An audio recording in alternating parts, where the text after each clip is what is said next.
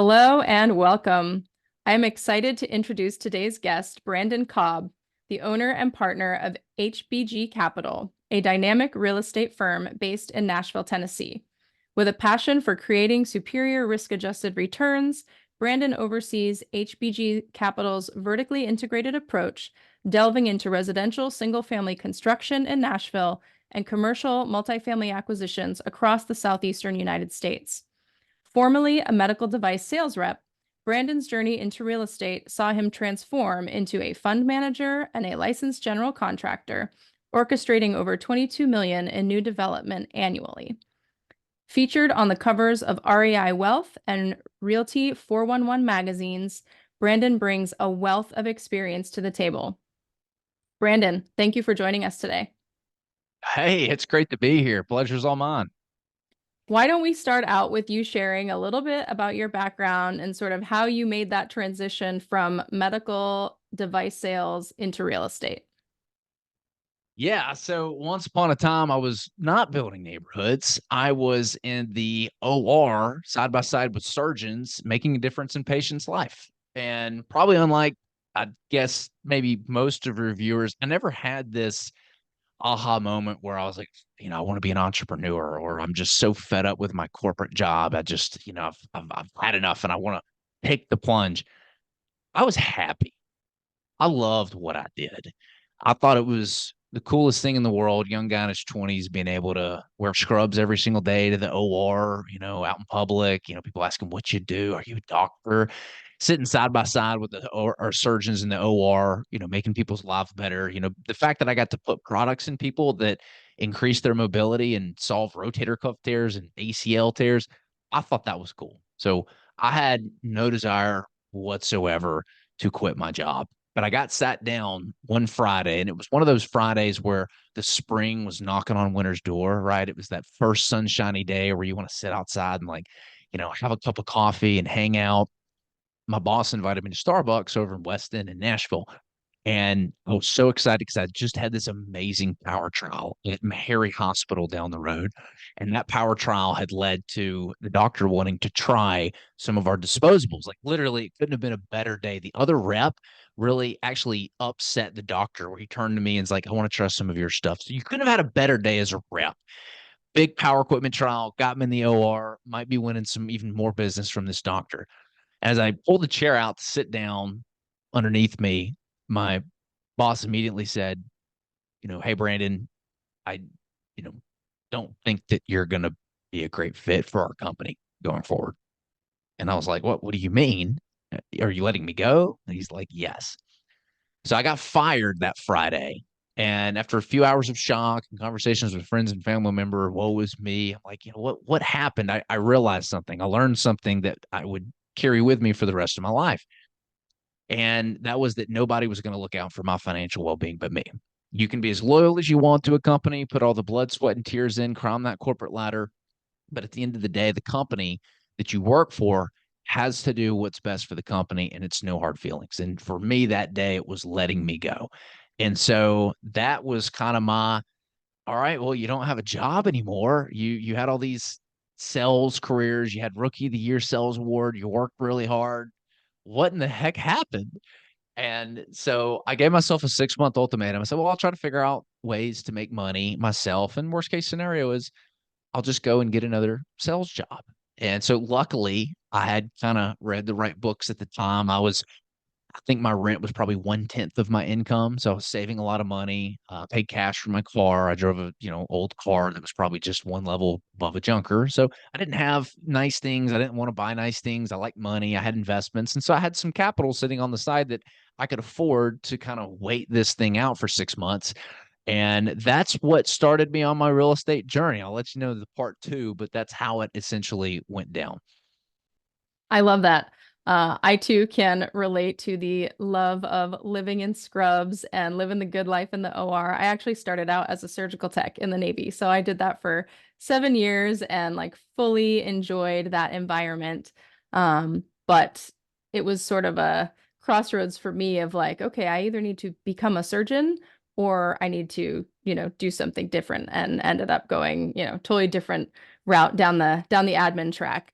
But my background is in healthcare as well, and I have a special place in my heart for wanting to help people. And I think it's really exciting that we get to do that now in a totally different environment, right? But there's still so much opportunity to use real estate as a way to be able to kind of go on and continue to do that. So I want to hear more of the what's next part two. How did you kind of turn the tables and find your way into real estate?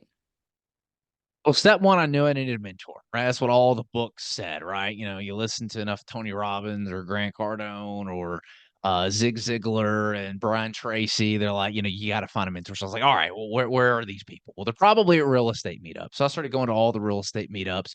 Ended up going to a real estate meetup in Green Hills at Starbucks that nobody showed up to. I think it was one of those cash flow quadrant game things. I was Hmm. like, it's this. I knew what cash flow quadrants were because a rich dad, poor dad. But I was like, all right, I'll go up and play this board game with a bunch of strangers. Why not? I don't have anything else to do. I don't have a job. So it showed up. No one showed up. And I put my phone number in the little forum. It was on meetup.com where you can kind of put your Hmm. information in there. And never heard anything. So I sit at the table and I'm on my laptop trying to knock out some work. And I get a phone call from this guy. He's like, hey, are you here for the meetup? And I'm like, yeah. He's like, where are you? And he turns around and I was like, hey, what's up, man? My name is Brandon. He introduced himself as Alex. And we just started talking. And come to find out that he had a big portfolio out in Colorado Springs. He was looking to get some operations up and running here. His girlfriend at the time, who's now wife, was going to school down at MTSU. And he was trying to get this flipping and wholesaling business up here, kind of similar to what he had at home. And I said, well, what are you missing? He's like, well, I need some boots on the ground here. So I was like, well, I want to learn more about how you do this. So he flew me out to Colorado Springs and I got to see everything. And let me tell you, seeing is believing. It was really cool to see all the different stuff he had going on and the renovations and the Airbnbs. And I get back and I go, all right, well, let's just give this a shot. And so he's like, hey, best way to start, no income, no money is, doing driving for dollars. So over the course of 5 weeks, I probably spent 5, 6 hours a day in my car driving around with an app called Spotio, labeling each home that looked like it was about to fall in or had the grass that was about to take it over. And from there, we were able to send a mailing list out. Probably, I think it was like 5,500 points that I collected over a five week period, and we started sending mailers out. And of course, coming from the medical device sales background, I knew how to answer phone calls and go on appointments and build rapport and sell. And that led to us doing our first deal together, and we ended up closing on that deal in 8 days before my 6 month ultimatum was up. So I was like, well, cool. Man, I've made 30 grand here. We got to go and do something with it. I guess I don't need to go get a job. And from there, when you get the taste of your own money that you've made Hmm. yourself, your whole world changes. You can't see things in black and white anymore. You realize you don't care how hard you have to work, how many hours you work, you're not going back after that point. And so we ended up dumping the majority of our profits back into the business in the form of marketing. And I joke that if you've ever seen that episode in Batman where the Joker laughs as he slides down the big pile of money as he's looking at the mafia and then sets it on fire, that's what we were doing with marketing dollars. I mean, we spent all of it. That led to doing about 3 or 4 deals, and that led to doing 4 or 5 more deals. And we just kept snowballing the money, joined masterminds, got around people that were doing the things that we wanted to do, started getting in the rooms, paying for coaching with the people that were where we wanted to be, and things really progressed. Now, there was a light bulb moment where we transitioned from flipping houses and wholesaling houses to doing new construction. That light bulb moment was when we acquired a home that was halfway burned down. Bear with me here. I know it sounds crazy, but we bought that home for less than what the land was worth. And the first floor was in pretty good shape. And we're like, what if we just cut out all the crispy stuff, hired a structural engineer, and just reframed it? I mean, it's got to be a deal. We can buy it for what the land's worth. And we ended up rebuilding that home basically from the foundation up in about 6, 7 months, which was less time than it had taken us to renovate a home around the corner. It took us 8 months. I mean, this was like a full gut, historic home rehab, right? Hmm. Lots of moving parts. And we made 3 times as much money on that new build. And then from there, we were like, what are we doing flipping houses?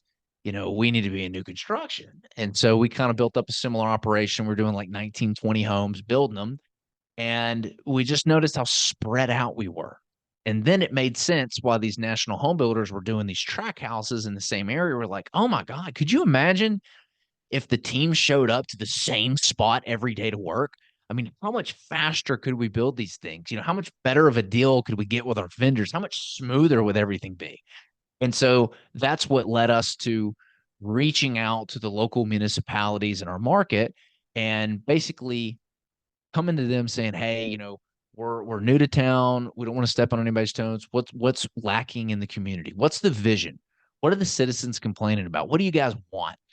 And we would then reverse engineer that. They would basically tell us the areas that, hey, this is not the highest and best use. We need development here. We need some tax revenue coming in.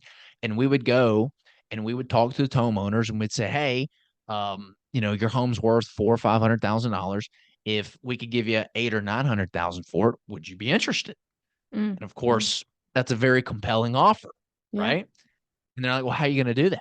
And we would explain, well, we're going to take your home that's sitting on 5, 6 acres and we're going to rezone it from one home to 100 homes.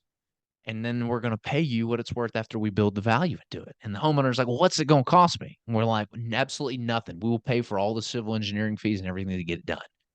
And once we started doing that, we never looked back. That was a great strategy. It built a ton of equity in. It's basically, similar to multifamily where you're force appreciating the assets through increasing the rents by renovating the units, except we're just force appreciating the land through taking it through the rezone or the entitlement process.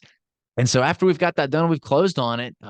We would either, we would build on it. And the funny thing is we started to go vertical on 36 townhomes, but we got a knock on the door from another builder that said, we want to buy your land. We really like it.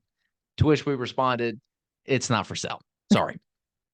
To which they then said, we'll offer you this for it.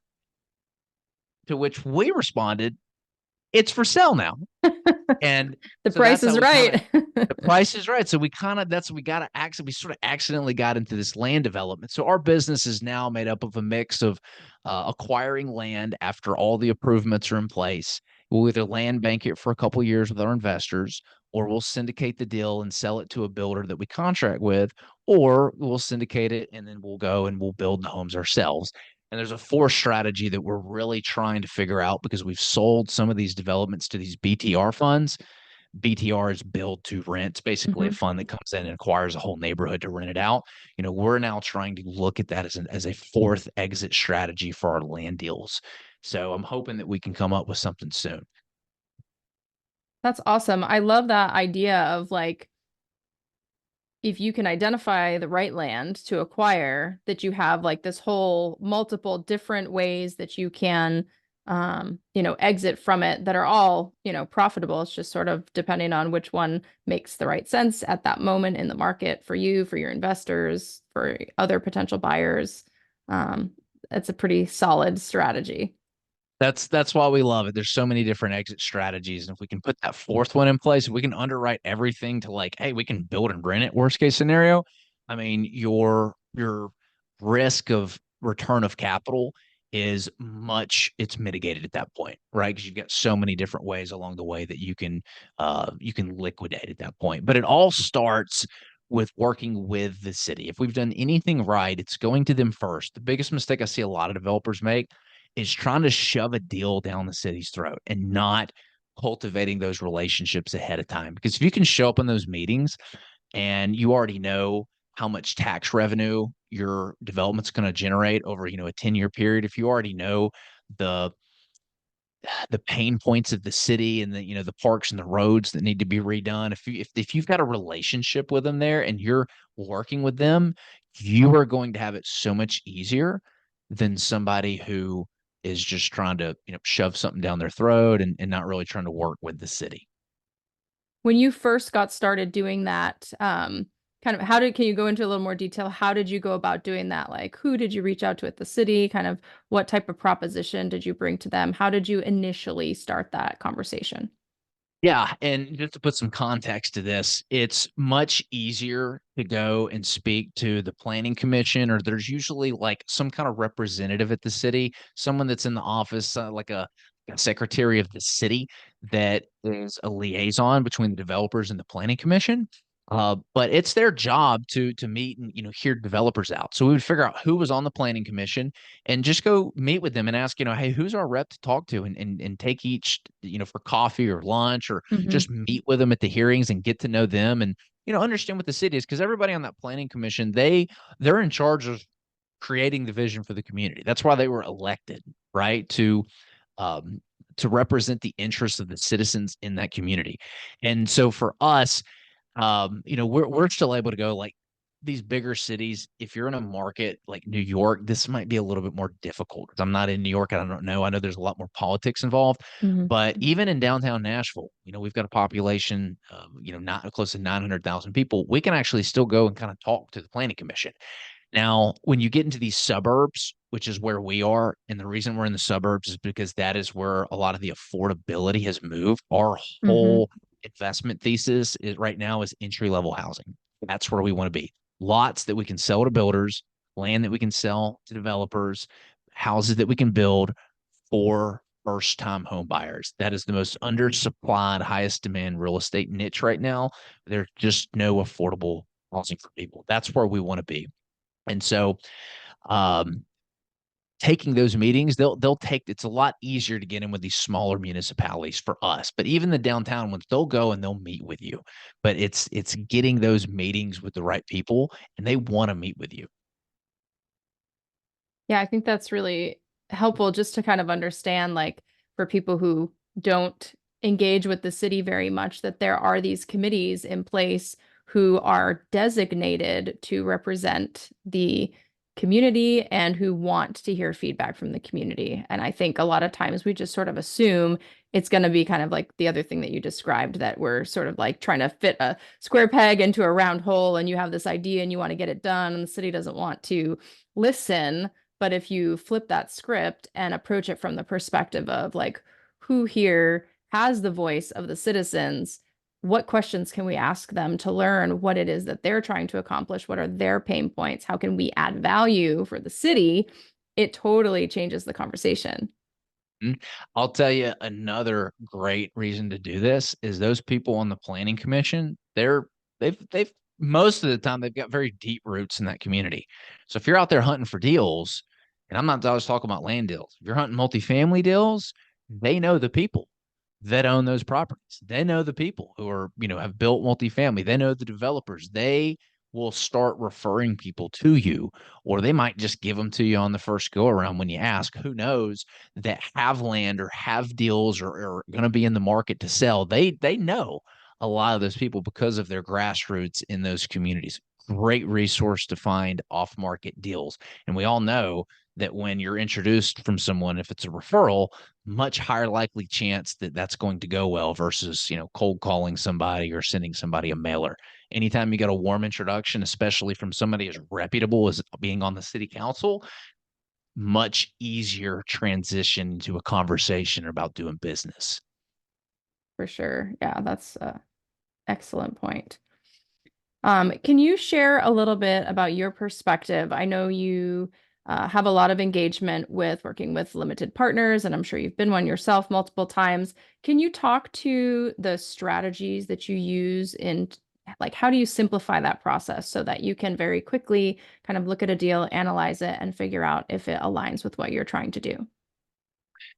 Yeah. So when we send out investor packets, we'll unpack that kind of one step at a time. For the investors, it all starts with education, right? When most people come to us, it's usually because they've, heard us on a podcast, or they found our website, or they've listened to our podcast, and they've done some research, right? They're following us on social media. They see a lot of it, and they feel like we're adding value through educating them on this path that they did not know existed, right? We all hear how diversification is important, and there's so many niches in real estate, and they all work.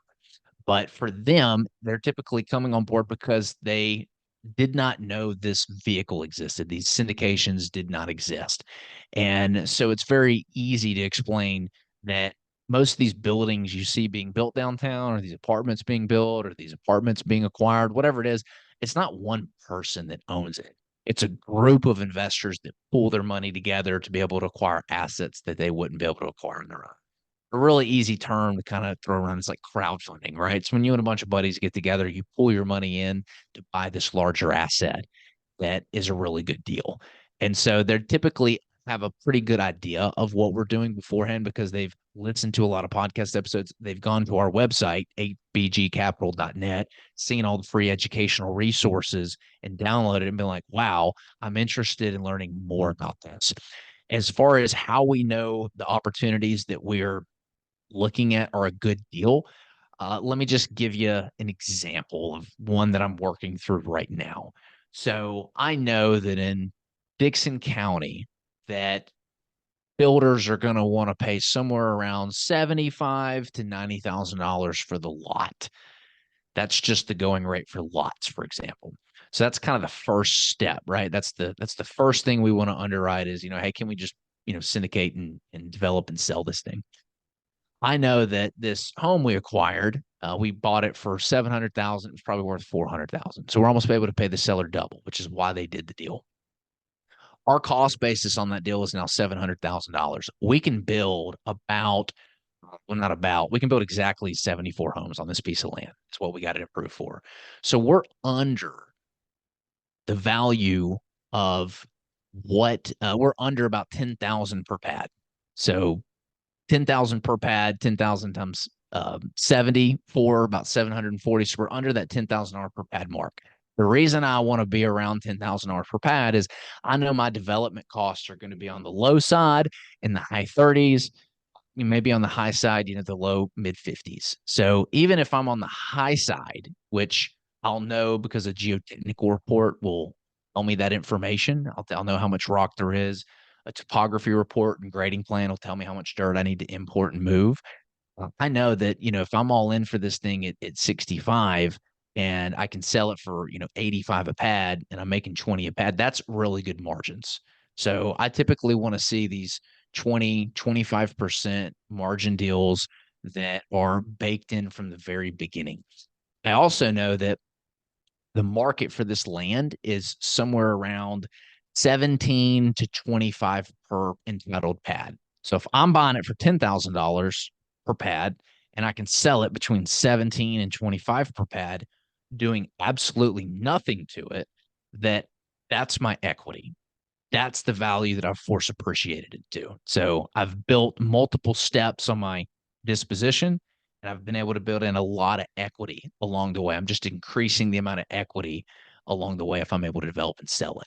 And then, of course, you can take it to the third step, which is you can look at what are homes selling for if we want to build this thing. How much is it going to cost us to build? We know what our build cost is. We know what our land cost is. And if you know what your build costs and land costs are, it becomes very easy to determine how much profit you'd make if you built it. So from there, we basically pick an exit strategy, depending on how much capital we currently have, depending on the capacity of our crews, and just what's going on in the market. Awesome. That's a lot of detailed information, but definitely helps to understand a bit of like what goes into the process of identifying this sort of like raw piece of land and how it moves through the process to the various different exit strategies. Yeah. Along those same lines, but shifting gears a little bit, can you share a little bit about creating a recession-proof portfolio? Yeah. So for this, you got to look at what's going on in the economy. Where are your lowest demand or highest demand, lowest supply products? And for us, I don't think it's any mystery that affordable entry level housing is in dire need, right? You hear about it on the news. Less than 10% of homes that are being constructed right now are for entry level. As far as demand goes, you've got 33% of your home buying population that are these millennials that are coming of age, they're having kids, they're wanting to, get to home buying age. And so you got this big imbalance where you got 33% of the market that needs 10% of the products being built. And I don't have to be a economists to tell you that, hey, there's an opportunity right there. It's one of the reasons why Warren Buffett went in and spent nearly $1 billion on Lennar and D.R. Horton and NVR Homes, as he saw the opportunity there for entry level housing. So no matter what interest rates do, you still have to have housing. And typically, when housing becomes more expensive, people have to downsize. They have to get something more affordable. And so they end up landing in this affordable niche or having to go and rent something. So we've seen a lot of opportunity there in this specific space. And it goes for the land too. The land's the exact same thing. If the land is slated for entry level housing, these lots that were, selling for $80,000 that they're building these 350 to $390,000 homes on, those are entry level in our market, right? Those are for first time home buyers. So we're seeing this really, really nice imbalance right there where there's an opportunity to capitalize on. That's from looking at like it at a very low level. Like what product should you be in? And the rule that I would really say applies when picking recession resistant assets in general, is money going to continue to flow to it during a recession, or is money going to flow away from it? And so there's two factors there. There's the asset. Is money going to continue to flow into that asset? And is money going to continue to flow into that area? Because let's be honest, if you're, building affordable housing in like Detroit back in, 2010, you just not having anybody move there. You're going to have a problem. So the first is the asset and looking for those supply and demand imbalances that we've touched on. Next is the area. Is money going to continue to move into that area? And so what brings money into an area? Well, you've got large institutions, you've got corporations, you've got small businesses, and you've got consumers. That's who's going to bring money into an area. And so what would have to incentivize those entities to come to a specific market? Starting with the institutions. Everybody sort of knew this environment existed before COVID, but COVID revealed it. And that's you've got business friendly states and you've got non-business friendly states. And let me tell you, there's been a great migration of institutional capital away from non-business friendly states. Cough California, cough, New York, lots of regulation where they shut everything down, to business friendly states like Texas, Florida, and Tennessee. Next, you've got these large corporations, and again, for the same reasons, they did not like the lockdown. They didn't like the states that shut everything down. They are sick and tired of being taxed to death. So they're moving to states like Florida, Tennessee, no income taxes, so more money in the corporation's pocket. And then you've got consumers and small business owners. If you look at the data in Nashville, Tennessee, is among many cities that check this box.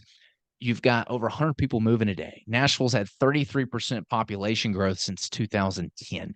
I mean, if you've got people moving to a city in droves, then you've got money moving into that area. And so you're going to have some insulation in that particular area that's not going to get hit as hard as the areas where money is not moving to an area. So looking for recession resistance, first look at the area, make sure money is moving into that area, look at the institutions that are moving in, look at the large corporations, the small businesses, and the consumers, and then pivot down and look at the asset class. Is money going to continue to move into that asset class when things take a turn? Yeah, I think that makes a lot of sense. I know there's a lot of folks out there who really love to talk about the simplicity of buying like Class A apartments because you don't have to do a lot of work, you don't have to do value add, you just kind of buy it and let the market appreciate. But what's the first thing that's going to struggle in a recession? Money is not going to be flowing towards Class A or higher end luxury homes, right? Money is going to be flowing away as people are struggling to pay their bills. They're having a hard time. They might lose their job. The first thing that they're going to need is affordability. And so I think that's such a key point to when you're looking at the asset is like, what is going to be the place where people are going to need to live? And that mid-range, when we're talking about apartments, like that mid-range BC class is always like the go-to because the Class A is going to flow down. If people are doing well, they can always move up. But, the first thing that's going to struggle is the Class A. And the same thing with the single family, when we talk about affordable housing, making sure that there are homes where people can live and be comfortable and, hopefully not struggle even in a recession. And that's such a really important point to focus on. So thanks for bringing that Yeah. up. Yeah, 100%. Same of the reasons why you're probably out there hunting class A, class B and class C is because you can't build new product to compete. Yeah. You locked out all there's no future competition coming in because it's so expensive to build. They have to charge higher rents. And so you've got this nice insulation right here where you've got some lower rents to cater to that, that blue collar working class citizen that is the one that's needs the housing the most. That's where the demand is. Yeah, I think you brought up a great point too about the suburbs. And we've been looking at some apartments in and around the Nashville area recently, and we're looking at Murfreesboro because, the rents are going up so much in the city of Nashville because the growth that they've had and all of the new builds that are coming online, that a lot of people are moving out towards the suburbs because that's where they can afford to live, even if that means a 40-minute commute. So it's definitely a great point to bring up and consideration for everybody. If you're looking for a place to start investing, like you don't necessarily need to go to the big city that is growing, but look at those secondary and tertiary markets around it. Yep, 100%. COVID pushed a lot of demand to the suburbs, so make sure you're paying attention to that. Can you share with us some of the challenges that you faced as you kind of went through this process of, first just kind of getting into real estate initially and then finding your niche? What are some of the hurdles that you faced along the way and how did you overcome them?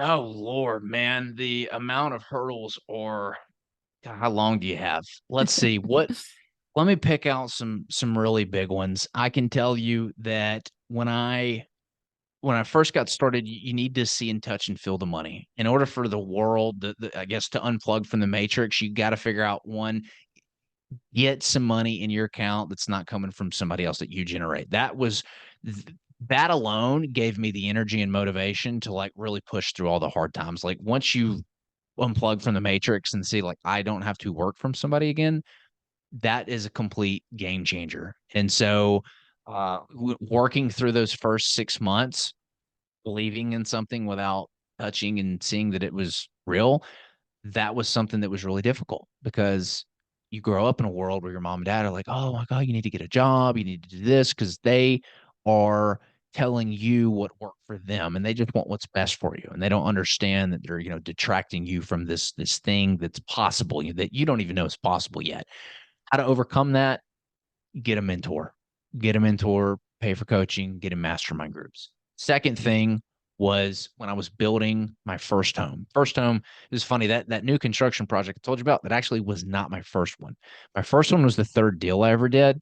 And I swore I would never do it again because I GC'd that project. I was the guy answering all the phone calls. It had been about 8 months into my entrepreneur career, and I was ready to quit because I was waking up at 5 a.m. every day, having to go manage contractors, manage this build, manage two other flips, answering all the phone calls, going on all the sales appointments, doing all the marketing. At the time, I was printing all the mailers at my house on a Oh, wow. printer, mind you, and then packaging them up and giving them to people to go and stamp and do. Oh my God. I hit the wall. I could not work anymore. I was like, I do not want to live. I can't live like this. Learning to hire people and replace what you're best at last. That was the second hurdle to overcome. And how do you overcome that? One is joining mastermind groups and getting around other business owners that can guide you and lead you the way. But for me, the way I got over it was I was like, yo, something's got to change here because I cannot work anymore. I hit a wall. I literally hit a wall. I think I was like 27 and single, and like I was doing nothing but working, and like it was not fun anymore. So that was the second big hurdle that I overcome. The third biggest hurdle that I overcome was learning how to raise capital. When you first go out there and don't know how to raise money from people. I grew up in a world where I did not ask for money. You go out and you earn your own money, right? That's what your mom and dad Hmm. teach you. You do not Yep. ask people for money. And so I felt like I was asking them for like a favor, and I felt like kind of like dirty and dude, I gotta like ask for a loan. You're not asking for this is an opportunity. And I remember when the first few deals that I did without my own money went through and how happy they were. I was like, holy cow, this is awesome. I'm providing them a service because they can't make these kind of returns in the stock market secured by real estate. There's just not the benefits. And so seeing that I was doing people and providing a service and adding value instead of like feeling like I was needy and kind of like desperate for capital.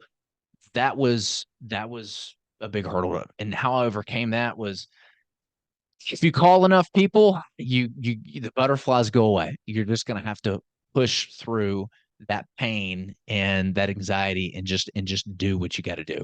Chop wood, carry water, commit to the process. So those were three really big hurdles that I would say really defined my career. The fourth I would say is buying into your identity as an entrepreneur. For the first 4 years, I felt like a fraud whenever I would be introduced at parties or social events, or I would, go on dates when I was single. I felt weird. And they're like, "Oh, what do you do?" I'm like, "Oh, well, I flip houses." "Oh, who do you work for?" And I'm like, "Well, I work for me." "Oh, you're on your boss?" "Yeah." You kind of felt like a fraud. Like that wasn't who I am. I was like, "Oh, you're not an entrepreneur. You're not a business owner." Learning to accept that new identity and be proud of who I was a big step in allowing me to continue to push forward through the difficult times that lay ahead. So how I did that last hurdle and overcame it was just a lot of soul searching and looking at my past success and being like, this wasn't an accident, Mhm. and buying into that new identity. Yeah, man, you just like dropped so many good things right there. I think one of the things that really resonates with me, you're talking about raising capital, and that's a big part of what I've been doing in multifamily real estate. And I mean, I was terrified when I first started for all of the same reasons that you were talking about of like feeling, one, like fear of rejection, like, but what if people don't want to hear? What if somebody hangs up on me? Like, I don't want to upset my friends. I don't want them to think that I'm just like asking them for money. And it was such a light bulb transition when somebody finally was like, you're not asking people for money, you're providing them with an opportunity. And once I had that shift of my mindset, it really helped me to be able to move forward with confidence in these conversations with people enough so that I would actually pick up the phone and call some of them. And then I was blown away when people actually were like thanking me. And I was like, oh, like it reinforced that idea that like it really is an opportunity for us to be able to help people, giving them access to deals that they otherwise had no idea was even an option. And so it's so important for anybody out there who is like thinking about getting into real estate investing and you think you might want to raise capital, like the sooner that you can connect with that idea and really believe it in your mind, like it's such a huge shift in the ability to impact other people and to help others along in this journey.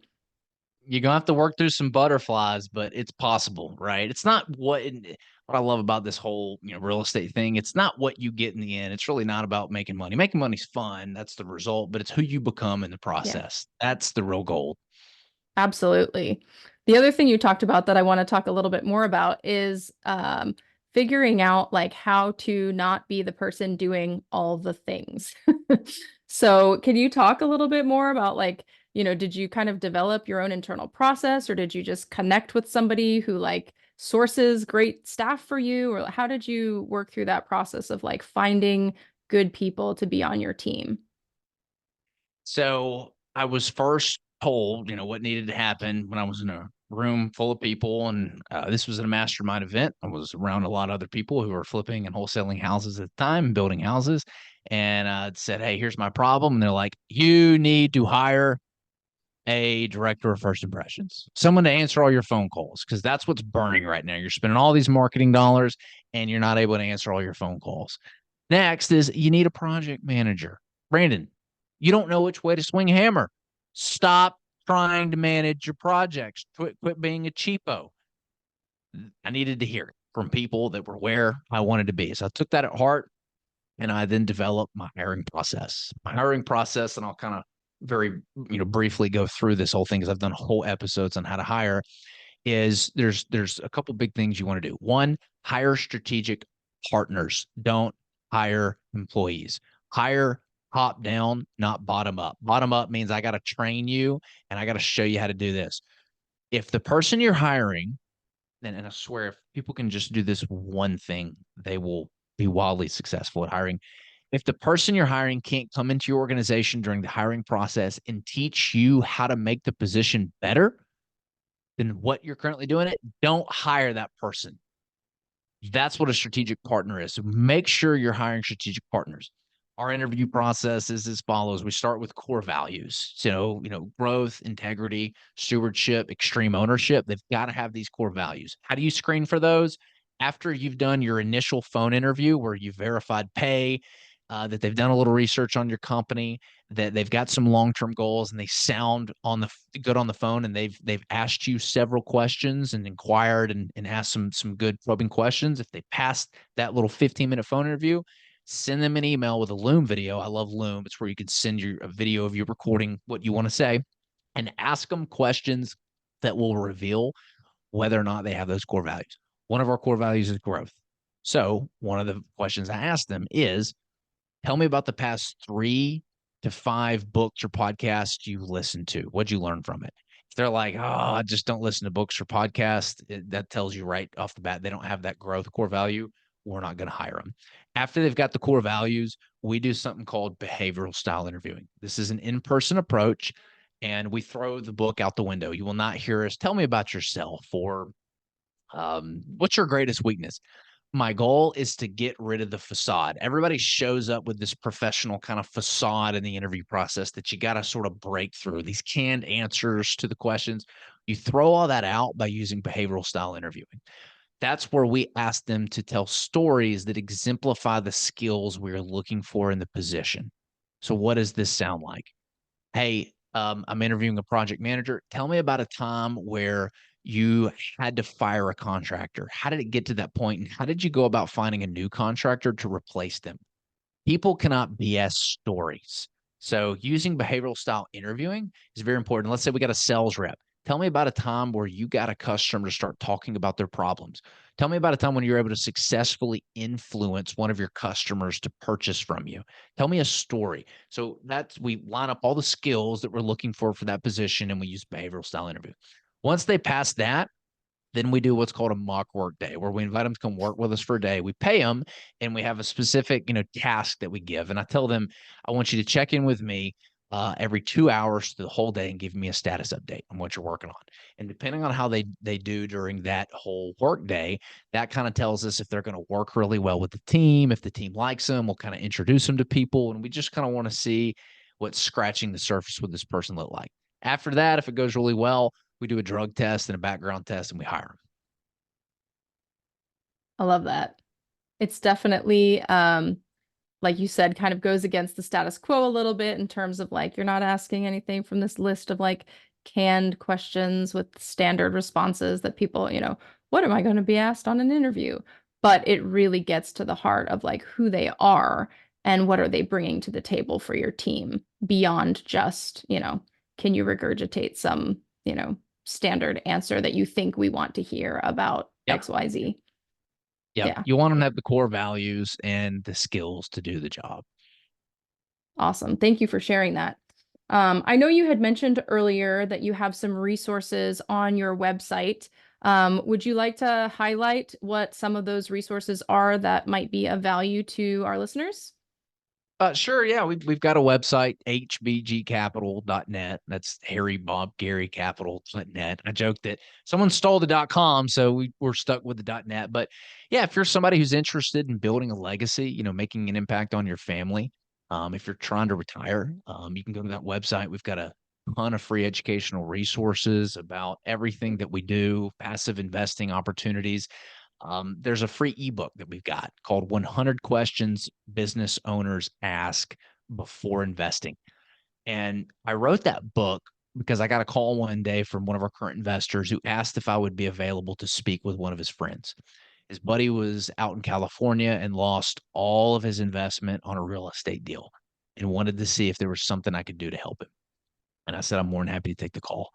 So I took the call from his friend, and it became very evident early on in the conversation that he was just out of luck. He did not have the right paperwork. He did not secure his investment to the property.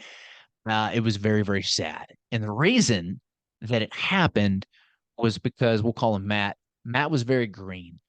He did not know which questions to ask Questions are powerful. Questions give you the answers that you need. But if you do not know what proper questions to ask, you can't get the answers that you need because you don't know what they are. So I put that book together. Um, it's a list of questions that everyone should ask the sponsor or the operator before they invest so that they can get a very clear picture of what they're getting into. You can literally take someone who's never invested in real estate before, and if they ask these questions or a number of them, they'll at least get the information they need to make a more informed decision. I love that. Thank you for sharing that. One of the questions I always like to ask at the end is what is a resource that you would recommend? So obviously your book sounds like an excellent resource to start with. Are there any other books, podcasts, resources that you would recommend for folks that are looking to get started in real estate, but maybe haven't quite figured out where to start? If you're looking to get started in real estate and you're not quite sure where to start, there's definitely books that are going to be more suited for that level of your journey than the other levels of your journey. If you're just trying to get started, it seems like it's more of a mental battle. Like you've got something that you need to overcome to get in there. And there are some gateway drug books that a lot of people have claimed have worked for them. So if I'm going after results here and trying to recommend something that can motivate someone to get into real estate and kind of open their mind up to realize maybe they're not on the right path. I know that Rich Dad Poor Dad has probably had a bigger impact for most people in that way than any other book. Didn't for me personally because of where I was when I'd already read it. But if it's someone who's real estate focused, trying to break those mental hurdles to like get into it, I'd say that for most people, that book has been the best gateway drug into real estate. Awesome. And then last question, more for the folks maybe who have done some reading, they've got some education, like they know what they need to do, but they just haven't actually taken action yet. Do you have any recommendations for like what is something that they can go out and do today to start moving on the path to actually becoming a real estate investor? Oh man, there's so many different ways. There's so many unique situations out there. There's a really good book called 10X is Easier Than 2X by Benjamin Hardy and Dan Sullivan. I really like the book because they did what Grant Cardone could not in his 10X book. 10X Grant Cardone's like 10X book was kind of a hype book, but he didn't like break down the psychology behind taking action and more specifically what action you should take. It's just like take a bunch of action and hope that something happens. I like that book because they break down how our minds, when we think of like 2Xing our business, Hmm. where does your mind go? Oh You my God. just work twice as hard, right? Twice the number of phone calls, twice the number of people to employ, twice the number. Oh my God. Like I can't do it. I'm already working to the max. Yeah. Whereas if you imagine 10Xing your business, all of a sudden you can't think linearly. You have to think exponentially. For us, we're in a 10X transition right now. We want to go from 20 million a year to 100 million. I can't start talking to the same, types of investors that I've spoken to. I now have to go start bringing institutional capital into these things along with the current mom and pop investors that we've got and the business owners that we service. It means that I can't go after these land deals where we can build, 30 to 50 homes on it. I need to be going after land deals that are 200 to 300. It means that I don't need to grow my GC business. I need to rely on a who and partner with another GC, another builder to execute that development while I go and chase 10 more instead of me trying to manage 10 myself. So that book really opens your eyes to what you need to be focused on to really grow your business at an exponential level and get you to the next level instead of just moving the needle a little bit. I love that. I love that book too. I read that earlier this year and it really did help. It shifts your mindset so much in terms of figuring out, adding all of those concepts in, like who, not how, and figuring out like if you're truly trying to grow a business, you want to work yourself out of the day-to-day parts of the business as quickly as possible because that's the only way that you can truly grow is by having other people who are going to be doing those, the 80% tasks so that you can focus on that 20% that's actually going to help the business grow and change. So, yeah, Yep. excellent book. Love it. Thank you so much for sharing your insights and experience with us today, Brandon. What's the best way for our guests to connect with you if they want to continue following your journey?